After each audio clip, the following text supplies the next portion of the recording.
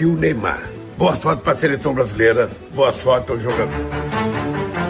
এখনই অবসর নয়, 2030 বিশ্বকাপের জন্য প্রস্তুত হও নেইমার। নেইমারের উদ্দেশ্যে এমনটাই বললেন ব্রাজিলের প্রধানমন্ত্রী লুলা দা সিলভা। এক ভিডিও বার্তায় নেইমারকে অবসর ভেঙে জাতীয় দলে ফেরার অনুরোধ করলেন তিনি। বিশ্বকাপ থেকে বিদায়, মাঠে অঝরে কান্নায় ভেঙে পড়লেন নেইমার জুনিয়র। আর এই কঠিন মুহূর্তে তার পাশে দাঁড়িয়েছেন ব্রাজিলের প্রধানমন্ত্রী লুলা দা সিলভা। ফুটবল বিশ্বের সব তারকা মহাতারকা থেকে শুরু করে ক্রীড়া অঙ্গনের বাইরেও অনেকেই নেইমারকে নিয়ে আবেগে ঝরে পড়েছেন। 2026 ফিফা বিশ্বকাপের শেষ 16তে নরওয়ের কাছে 2-1 গোলে হেরে টুর্নামেন্ট থেকে বিদায় নিয়েছে 5 বারের বিশ্ব চ্যাম্পিয়ন ব্রাজিল। শেষ বাঁশি বাজতেই মাঠে ভেঙে পড়ে নেইমার জুনিয়র।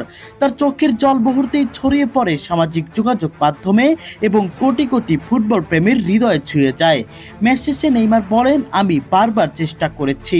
আমার যাত্রা শুরু হয়েছিল এই মেটলাইফ স্টেডিয়ামেই, আর এখানেই আমি শেষ করলাম।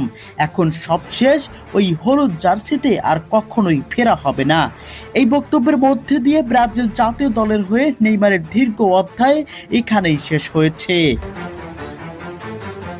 নেইমারের অবসরের পর তোলপাড় পুরো ফুটবল বিশ্ব। বড় বড় ফুটবলার থেকে শুরু করে ক্রীড়া অঙ্গনের সবাইকেই দেখা গেছে নেইমারের প্রতি সদয় হতে। তবে এবার ব্রাজিলের প্রধানমন্ত্রীর কাছ থেকে এক ভিন্ন ধরনের বার্তা শোনা গেল।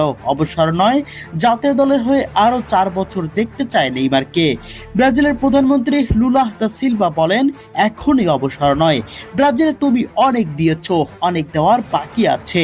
2030 বিশ্বকাপের জন্য প্রস্তুতি নাও, তোমাকে আমরা আরো একটি বিশ্বকাপে দেখতে চাই। ব্রাজিলের প্রধানমন্ত্রীর এমন মন্তব্যে তোলপাড় পুরো সেলেসাও অঙ্গনে। নেইমার ফিরবে কিনা তুমুল আলোচনা এখন আশায় ফেটে পড়েছে ব্রাজিল ভক্তরা। ব্রাজিলের হার মেনে নেওয়ার পরেও স্বস্তি খুঁজে পাচ্ছেন ব্রাজিলিয়ানরা।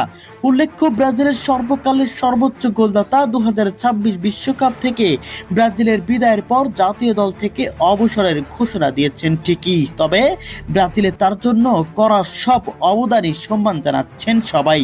ব্রাজিলের হয়ে 130 ম্যাচে 80 গোল ও 59 অ্যাসিস্ট করে দেশের ইতিহাসের সর্বোচ্চ গোলদাতা হিসেবে আন্তর্জাতিক ক্যারিয়ারের ইতি টানলেন তিনি।